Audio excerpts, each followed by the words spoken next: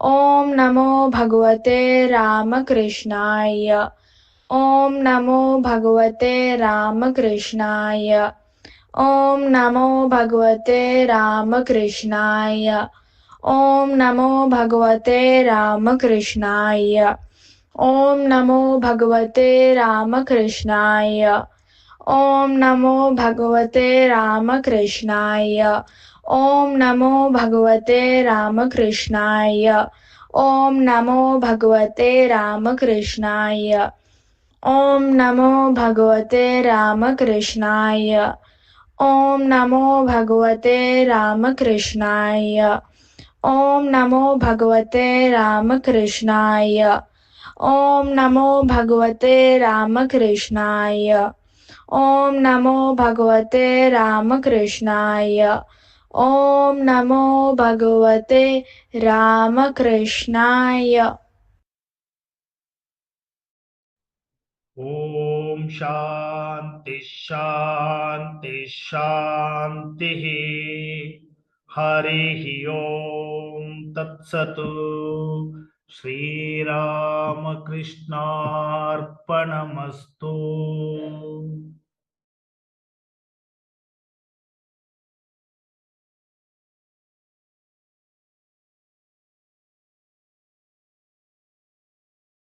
ಎಲ್ಲರಿಗೂ ಜಯರಾಮ್ ಕೃಷ್ಣ. ನನ್ನ ಹೆಸರು ದಿಲೀಪ್. ನನ್ನ VMS ನಂಬರ್ 439. ಎಕ್ಕನಹಳ್ಳಿ ಎಂಬ ಊರಿನಲ್ಲಿ ರಾಮಣ್ಣ ಎಂಬ ಸಾಧು ಸ್ವಭಾವಿಯ ವ್ಯಕ್ತಿ ಒಬ್ಬನಿರುತ್ತಾನೆ. ಅವನು ಕುರಿಗಳನ್ನು ಮೇಯಿಸಿ ತನ್ನ ಜೀವನವನ್ನು ನಡೆಸುತ್ತಿರುತ್ತಾನೆ. ಅದೇ ಊರಿನಲ್ಲಿ ಒಂದು 100 ವರ್ಷದ ಅಜ್ಜ ಆ ಊರಿನ ಒಳಗಡೆ ಇರುವ ಆಂಜನೇಯ ದೇವಸ್ಥಾನದಲ್ಲಿ ಪೂಜೆ ಪುನಸ್ಕಾರ ಸಲ್ಲಿಸುತ್ತಿರುತ್ತಾರೆ. ರಾಮಣ್ಣ ಪ್ರತಿನಿತ್ಯ ಕುರಿಗಳನ್ನು ಮೇಯಿಸಕ್ಕೆ ಹೋಗುವ ಮುಂಚೆ ಆ ಗುಡಿಗೆ ಹೋಗಿ ನಮಸ್ಕಾರ ಮಾಡುತ್ತಿರುತ್ತಾರೆ ಮತ್ತು ಕುರಿಗಳನ್ನು ಮೇಯಿಸಿದ ಮೇಲೆ ಮನೆಗೆ ಹಿಂತಿರುಗುವಾಗ ಆ ಗುಡಿಗೆ ಹೋಗಿ ನಮಸ್ಕರಿಸುತ್ತಿರುತ್ತಾರೆ. ಆದರೆ ಆ ಊರಿನ ಬೇರೆ ಜನರು ಆ ಅಜ್ಜನ ಬಳಿ ಹೋಗಿ ತಮ್ಮ ಮನದಾಳದ ಮಾತುಗಳನ್ನು ಹೇಳಿ ಮತ್ತು ತಮ್ಮ ಕಷ್ಟಗಳನ್ನು ಹೇಳಿ ಅದಕ್ಕೆ ಪರಿಹಾರ ಸಲಹೆ ಪಡೆಯುತ್ತಿರುತ್ತಾರೆ. ಅದಕ್ಕಾಗಿ ಒಂದು ದಿನ ರಾಮಣ್ಣನ ಹೆಂಡತಿ ಸುಶೀಲ ಈ ಊರಿನ ಬೇರೆ ಜನರು ಆ ಗುಡಿಗೆ ಹೋಗಿ ಆ ಅಜ್ಜನ ಬಳಿ ತಮ್ಮ ಕಷ್ಟಗಳನ್ನು ಹೇಳಿ ಅದಕ್ಕೆ ಸಲಹೆ ಮತ್ತು ಅವರಿಗೆ ಬೇಕಾದದ್ದನ್ನು ಪಡೆಯುತ್ತಿದ್ದಾರೆ.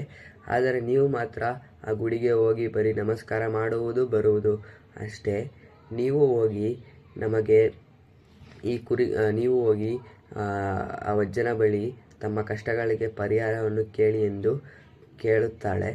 ಆಗ ರಾಮಣ್ಣ, ನಮ್ಮ ಬದುಕು ಚೆನ್ನಾಗೇ ಇದೆ, ಇನ್ನೇನು ಕೇಳಬೇಕು ಎಂದು ಹೇಳಿದಾಗ ಅವಳು, ಈ ಕುರಿಗಳಿಂದ ಏನು ಸುಖ ಇದೆ, ನಾವು ಯಾವಾಗ ಉದ್ಧಾರವಾಗುತ್ತೀವಿ ಎಂದು ಕೇಳಿಕೊಂಡು ಬಾ ಎಂದು ಪೀಡಿಸುತ್ತಿರುತ್ತಾಳೆ. ಅದಕ್ಕಾಗಿ ಅವನು ಆ ಅಜ್ಜನ ಬಳಿ ಹೋಗಿ ತಲೆಬಾಗಿ ಕೂತಿರುತ್ತಾನೆ. ಆಗ ಅಜ್ಜ, ಇವನು ಪ್ರತಿನಿತ್ಯ ಬಂದು ನಮಸ್ಕಾರ ಮಾಡಿ ಹೋಗುವನು, ಇವತ್ತು ನನ್ನ ಬಳಿ ಬಂದು ಕೂತಿದ್ದಾನೆ ಎಂದರೆ ಏನೋ ಸಮಸ್ಯೆ ಇರಬೇಕು ಎಂದು ಕೇಳಿದಾಗ ಅವನು ಮನೆಯಲ್ಲಿ ತನ್ನ ಹೆಂಡತಿ ಹೇಳಿದ್ದನ್ನು ಹೇಳುತ್ತಾನೆ. ಆಗ ಅಜ್ಜ, ನಿನ್ನ ಬದುಕು ಚೆನ್ನಾಗೇ ಇದೆ ಮಗು, ನಿನಗೆ ಬೇರೆ ಬದುಕು ಏಕೆ ಬೇಕು ಎಂದು ಕೇಳಿದಾಗ ಅವನು ತಲೆಯನ್ನು ಎತ್ತಲಿಲ್ಲ. ಆಗ ಅಜ್ಜ ಅವನಿಗೆ, ನನ್ನಿಂದ ನಿನಗೆ ಏನಾಗಬೇಕು ಎಂದು ಹೇಳಿದಾಗ ಆವಾಗ ರಾಮಣ್ಣ, ನನ್ನ ಕುರಿಗಳು ಬಹಳ ಬಹಳ ಹೆಚ್ಚಾಗಬೇಕು ಎಂದು ಹೇಳಿದನು. ಆಗ ಅಜ್ಜ ನಗುತ್ತಾ, ಬುಡಕ್ಕೆ ನೀರು ಬರುವ ತನಕ ಅದಕ್ಕೆ ಒದ್ದೆ ಗೊತ್ತಾಗುವುದಿಲ್ಲ ಎಂದು ಹೇಳುತ್ತಾ ಎಲ್ಲ ಹನುಮಂತನು ನೋಡಿಕೊಳ್ಳುತ್ತಾನೆ ಎಂದು ಹೇಳುತ್ತಾ ಅವನನ್ನು ಮನೆಗೆ ಕಳುಹಿಸುತ್ತಾನೆ. ಅವನು ಮನೆಗೆ ಹೋಗಿ ಅಲ್ಲಿ ನಡೆದದ್ದನ್ನು ತನ್ನ ಹೆಂಡತಿಗೆ ಹೇಳಿ ವಿಶ್ರಾಂತಿ ಮಾಡುತ್ತಾನೆ. ಬೆಳಗ್ಗೆ ಎದ್ದು ನೋಡಿದಾಗ ಅವನ ಕುರಿಗಳು ಹೆಚ್ಚಾದವು. ಆ ಕುರಿಗಳನ್ನು ಮೇಯಿಸಲು ಹೋದಾಗ ಅವನು ಈಗ ಒಂದು ಬಾರಿ ಮಾತ್ರ ಆ ಗುಡಿಗೆ ಹೋಗುತ್ತಿದ್ದ ಮತ್ತು ಕುರಿಗಳಿಗೆ ಮೇವು ಸಿಗುತ್ತಿರಲಿಲ್ಲ ಎಂದು ಊರಿನ ಆಚೆ ಗುಡಿಸಲನ್ನು ಕಟ್ಟಿಕೊಂಡಿದ್ದರಿಂದ ಅವನು ಗುಡಿಗೆ ಈಗ ವಾರಕ್ಕೆ ಮತ್ತು ತಿಂಗಳಕ್ಕೆ ಒಂದು ಬಾರಿ ಹೋಗುತ್ತಿದ್ದ. ಅವನಿಗೆ ಅವನ ಬಳಿ ಹೆಚ್ಚು ಕುರಿ ಇತ್ತು ಮತ್ತು ಹಣ ಇತ್ತು ಮತ್ತು ಸಂಪಾದನೆ ಇತ್ತು. ಆದರೆ ಅವನ ಮನಸ್ಸಿನಲ್ಲಿ ನೆಮ್ಮದಿ, ಶಾಂತಿ ಇರಲಿಲ್ಲ. ಕುರಿಗಳು ಹೆಚ್ಚಾದವು, ಹಣಗಳು ಹರಿಯಲು ತೊಡಗಿತು, ಆದರೆ ನೆಮ್ಮದಿ, ಶಾಂತಿ ಅವನ ಹತ್ತಿರ ಇರಲಿಲ್ಲ. ಒಂದು ದಿನ ಅವನ ಮನೆಗೆ ಯಾರೋ ಬಂದು ಬಾಗಿಲನ್ನು ತಟ್ಟಿದರು. ಅವನು ಬಾಗಿಲನ್ನು ತೆಗೆದು ನೋಡಿದಾಗ ಆ ಬಾಗಿಲ ಬಳಿ ಅಜ್ಜ ಇದ್ದರು. ಆ ಅಜ್ಜನನ್ನು ಕೂರಿಸಿ, ನೀವು ಯಾರನ್ನಾದರೂ ಹೇಳಿ ಕಳಿಸಿದರೆ ನಾನು ಗುಡಿಗೆ ಬರುತ್ತಿದ್ದೆ ಎಂದು ರಾಮಣ್ಣ ಹೇಳಿದನು. ಆಗ ಅಜ್ಜ, ನೀನು ಎಲ್ಲಿ ಬರುತ್ತೀಯ? ನಿನ್ನ ಹತ್ತಿರ ಹೆಚ್ಚು ಹಣ ಇದೆ, ನೀನು ಗುಡಿಗೆ ಇವಾಗ ಬರುವುದಿಲ್ಲ ಎಂದು ನನಗೆ ಗೊತ್ತು ಎಂದು ಅಜ್ಜ ಹೇಳಿದ. ಆಗ ರಾಮಣ್ಣ, ನನಗೆ ಹಣ ಇರಬಹುದು, ಸುಖ ಇರಬಹುದು, ಸುಖ ನೆಮ್ಮದಿ ನನ್ನ ಬಳಿ ಇಲ್ಲ ಎಂದು ಹೇಳಿದ. ಆಗ ಅಜ್ಜ, ನಿನಗೆ ದೇವರ ದರ್ಶನವಿಲ್ಲ ಮತ್ತು ದೇವರ ಆಶೀರ್ವಾದವಿಲ್ಲ, ಅದಕ್ಕೆ ಇನ್ನು ಮುಂದೆ ಪ್ರತಿನಿತ್ಯ ನೀನು ಗುಡಿಗೆ ಬಂದು ನಮಸ್ಕಾರ ಮಾಡಿಕೊಂಡು ಹೋಗು, ಅದೇ ಆ ದೇವರಿಗೆ ಅಭಿಷೇಕವಿದ್ದ ಹಾಗೆ ಎಂದು ಹೇಳಿದನು. ಈ ಕಥೆಯ ನೀತಿ ಏನೆಂದರೆ, ನಮಗೆ ದೇವರ ಮೇಲೆ ಭಕ್ತಿ ಇಡಬೇಕು, ಆವಾಗಲೇ ನಮಗೆ ಶಾಂತಿ, ನೆಮ್ಮದಿ ಇರುತ್ತದೆ. ಜಯ ರಾಮಕೃಷ್ಣ. ಇವತ್ತಿನ ಒಂದು ಥಾಟ್ ಬಗ್ಗೆ ಒಂದು ಸ್ವಲ್ಪ ಕೇಳಿಸ್ಕೊಂಡ. ಇಲ್ಲಿ ಸ್ವಾಮಿ ವಿವೇಕಾನಂದ ಥಾಟ್ ನಾನು ನಿಮ್ಗೆಲ್ಲ ಕಳಿಸಿ, ತುಂಬಾ ವೆರಿ ಸಿಂಪಲ್ ಬಟ್ ತುಂಬಾ ಮೀನಿಂಗ್ಫುಲ್ ಆದಂತ ಒಂದು ಥಾಟ್. ನಿಮ್ಮ ಪ್ರೇಮಕ್ಕೆ ಪ್ರತಿಯಾಗಿ ಏನನ್ನು ಕೋರಬೇಡಿ.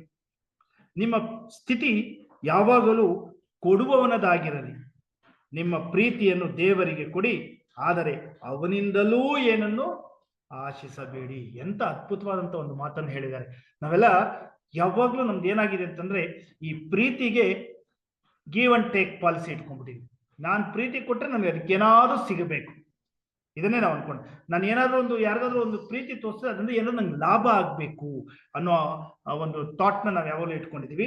ಇಲ್ಲ, ಅದನ್ನೇ ಅವರು ಸ್ವಾಮೀಜಿ ಹೇಳ್ತಾ ಇದ್ರು, ನಿಮ್ಮ ಪ್ರೇಮಕ್ಕೆ ಪ್ರತಿಯಾಗಿ ಏನನ್ನೂ ಕೋರಬೇಡಿ. ನಾವು ಈಗ ದೇವರಲ್ಲಿ ಪ್ರೀತಿ ಮಾಡೋದಾಗ್ಲಿ ಅಥವಾ ಯಾರನ್ನಾದ್ರೂ ಪ್ರೀತಿ ಮಾಡಿದಾಗ ಏನ್ ಮಾಡ್ತೀವಿ, ಈಗ ತಂದೆ ತಾಯಿ ನಾವು ಪ್ರೀತಿ ಮಾಡ್ತೀವಿ ಏನಕ್ಕೆ ಅಂತಾರೆ, ಏನೋ ನಮ್ಗೆ ಸಿಗತ್ತೆ ಅಂತ. ತಂದೆ ತಾಯಿ ಮಕ್ಕಳನ್ನ ಪ್ರೀತಿ ಮಾಡ್ತಾರೆ, ಅವರಿಂದ ನಮ್ಗೆ ಏನೋ ಸಿಗತ್ತೆ ಅಂತ. ಈ ತರದ ಪ್ರೀತಿ ಅಲ್ವೇ ಅಲ್ಲ ಅಂತ ಸ್ವಾಮೀಜಿ ಹೇಳ್ತಾರೆ. ಏನು ಪ್ರೀತಿಗಾಗಿ ಪ್ರೀತಿ ಮಾಡಬೇಕು, ಲವ್ ಫಾರ್ ಲವ್ ಸೇಕ್ ಅಂತ ಸ್ವಾಮಿ ವಿವೇಕಾನಂದರು ಕಂಪ್ಲೀಟ್ ವರ್ಕ್ಸ್ ಒಂದು ಕಡೆ, ಲವ್ ಫಾರ್ ಲವ್ ಸೇಕ್. ಬರೀ ಪ್ರೀತಿಗಾಗಿ ನಾವು ಪ್ರೇಮ ಮಾಡಬೇಕು ಅನ್ನೋದು. ಜೊತೆಗೆ ನಮ್ಮದು ಯಾವಾಗ್ಲೂ ಸ್ವಾಮೀಜಿ ಹೇಳ್ತಾರೆ, ನಮ್ಮ ಸ್ಥಿತಿ ಯಾವಾಗ್ಲೂ ಏನಾಗಿರ್ಬೇಕಪ್ಪ ಅಂದ್ರೆ, ಕೊಡುವವನದಾಗಿರಲಿ. ಯಾವಾಗ್ಲೂ ನಾವು ಕೊಡುವಂತವ್ರಾಗಿರ್ಬೇಕು, ನಾವು ಯಾವಾಗ್ಲೂ ಬೇಡುವಂತವ್ರಾಗಿರ್ಬಾರ್ದು ಅಥವಾ ಯಾವಾಗ್ಲೂ ಆಶಿಸುವಂತವ್ರಾಗಿರ್ಬಾರ್ದು. ಅದಕ್ಕೆ ನಮ್ಮ ಸ್ವಾಮೀಜಿ ಹೇಳೋರು, ಯಾವಾಗ್ಲೂ ನಿನ್ ಕೈ ಭೂಮಿನ ನೋಡ್ತಾ ಇರ್ಲಿ ಅಂತ.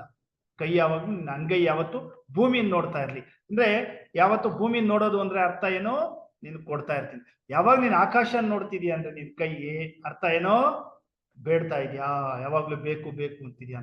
ಈ ತರ ಸ್ವಾಮಿ ವಿವೇಕಾನಂದರು ಹೇಳುವಾಗೇನೆ ನಾವು ನಮ್ಮ ಪ್ರೀತಿಯನ್ನು ದೇವರಿಗೆ ಕೊಡಿ. ನೀವು ಈ ಪ್ರಪಂಚದ ಎಲ್ಲಾ ವಿಷಯದ ಮೇಲೂ ನೀವು ಪ್ರೀತಿ ತೋರಿಸಿದ್ರೆ ಅದು ಯಾವತ್ತಿದ್ದು ದುಃಖ ಕೊಟ್ಟೆ ಕೊಡ್ತಾರೆ. ದೇವ್ರಿಗೆ ಮಾತ್ರ ಪ್ರೀತಿ ಕೊಟ್ರೆ ಅದು ದುಃಖ ಕೊಡೋದೇ ಇಲ್ಲ ದೇವರಿಗೆ. ಆದರೆ ಅವನಿಗೆ ಪ್ರೀತಿ ಕೊಟ್ಟರು ಕೂಡ ನಾವೇನ್ ಮಾಡ್ತೀವಿ, ದೇವ್ರ ಪೂಜೆ ಪುನಸ್ಕಾರ ಪ್ರೀತಿ ಎಲ್ಲ ಏನ್ ಮಾಡಿದ್ರು ಏನಾದ್ರೂ ನಮ್ಗೆ ಕೊಡ್ಲಿ ಅಂತ. ಇದನ್ನು ಸ್ವಾಮೀಜಿ ಹೇಳ್ತಾರೆ, ಏನನ್ನೂ ಆಶಿಸಬೇಡಿ. ಯಾಕಂದ್ರೆ ನೀವು ಪ್ರೀತಿ ತೋರಿಸಿದ್ರೆ ನಿನ್ಗೆ ಯಾವಾಗ ಏನೇನ್ ಬೇಕೋ ಅದು ಅವನೇ ಕೊಡ್ತಾನೆ. ನಾವು ಬೇಡ್ಕೊಂಡು ಅದನ್ನೇ ಆಶಿಸ್ಕೊಂಡು ಪ್ರೀತಿ ಮಾಡಿ ಆಶಿಸ್ಕೊಂಡೆ ಬೇಡಿದ್ರೆ ಅದು ಸಿಕ್ಲಿಲ್ಲ ಅಂದ್ರೆ ಬೇಜಾರಾಗ್ತೀವಿ. ಆದ್ರೆ ನಾವು ಏನು ಬೇಡದೆ ಇದ್ರೆ ಅದಾಗದೇ ಸಿಗ್ತಾ ಇತ್ತು ಅಂದ್ರೆ ಖುಷಿ ಪಡ್ತಿರ್ತೀವಿ. ನಾವು ಅನ್ಕೊಂಡು ಸಿಕ್ಲಿಲ್ಲ ಅಂದಾಗಲೇ ಬೇಜಾರಾಗೋದಕ್ಕೆ ನಾವು ಅನ್ಕೊಳ್ಳೋದೇ ಬೇಡ, ದೇವ್ರನ್ನೇನು ಬಿಡೋದು ಬೇಡ. ಇಂತರ ಅದ್ಭುತವಾದಂತ ಒಂದು ಅರ್ಥಗರ್ಭಿತವಾದಂತ ಒಂದು ಥಾಟ್ ಸ್ವಾಮಿ ವಿವೇಕಾನಂದರದ್ದು ಇವತ್ತು ನಾವೆಲ್ಲ ಕೇಳಿದೀವಿ. ಎಲ್ಲರೂ ಈ ಥಾಟ್ನ ಕ್ಲೀನ್ ಆಗಿ ಅರ್ಥ ಮಾಡ್ಕೊಂಡು ಅರ್ಥಗರ್ಭಿತವಾಗಿ ಈ ಥಾಟ್ನ ಹೇಳಿ ಕಳಿಸಿ. ಓಕೆ, ಸೊ ಇವತ್ತು ನಮ್ಗೆಲ್ಲ ಗೊತ್ತಿರೋಂಗೆ ಅಗಸ್ತ್ಯ ಮತ್ತು ಉತ್ತಮ್ ಅವರಿಬ್ರು ಇವತ್ತು ಬಂದು ವಾಲಂಟರಿ ಕೆಲಸ ಮಾಡಿದ್ದಾರೆ. ತುಂಬಾ ಸುಂದರವಾದಂತ ಹೂಗಳು ನೋಡಿ, ಎಷ್ಟು ಚೆನ್ನಾಗಿ ಹೂ ತಂದು ಅವರಿಬ್ಬರೇ ಎಲ್ಲ ಜೋಡಿಸಿ ಎಲ್ಲ ಅಲಂಕಾರ ಎಲ್ಲ ಮಾಡಿದ್ದಾರೆ ಮತ್ತು ಎಲ್ಲ ಈ ಒಂದು ಕೆಲಸನು ವಾಲಂಟರಿ ಕೆಲಸನೂ ಮಾಡಿದ್ದಾರೆ. ಅವ್ರಿಗೂ ಕೂಡ ನಮ್ಮ ಮಕ್ಕಳ ಸಂಘದ ಎಲ್ಲ ಪುಟಾಣಿಗಳು ಮತ್ತು ಪೇರೆಂಟ್ಸ್ ಪರವಾಗಿ ಒಂದು ಧನ್ಯವಾದಗಳನ್ನ ತಿಳಿಸೋಣ. Thank you Agastya, thank you Uttam. ಈಗ ನಮ್ಮ ಇವತ್ತಿನ ಈ ಸಂಡೇ ಕ್ಲಾಸ್ನ ಜೈಕಾರದೊಂದಿಗೆ ಸಂಪನ್ನಗೊಳಿಸೋಣ. ಜೈ ಶ್ರೀ ಗುರು ಮಹಾರಾಜ್ ಕಿ ಜೈ. जय श्री महामाई की जय। जय श्री स्वामी जी महाराज जी की जय।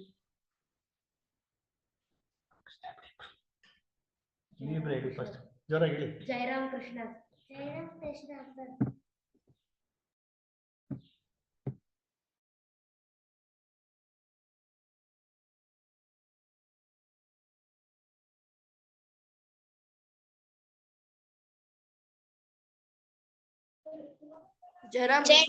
Jayaram Krishna sir. Jayaram Jayaram Krishna sir. Jayaram Krishna sir. Jai Krishna sir. Ram Krishna sir. Jayaram Krishna. Jayaram Krishna sir. Jayaram Krishna sir. Jayaram Krishna sir. Jayaram Krishna sir. Jayaram Krishna sir.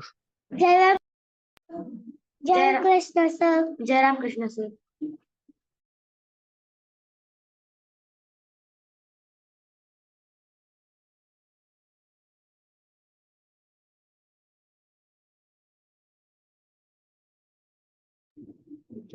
Jayaram sir. Jayaram Krishna sir. Jairam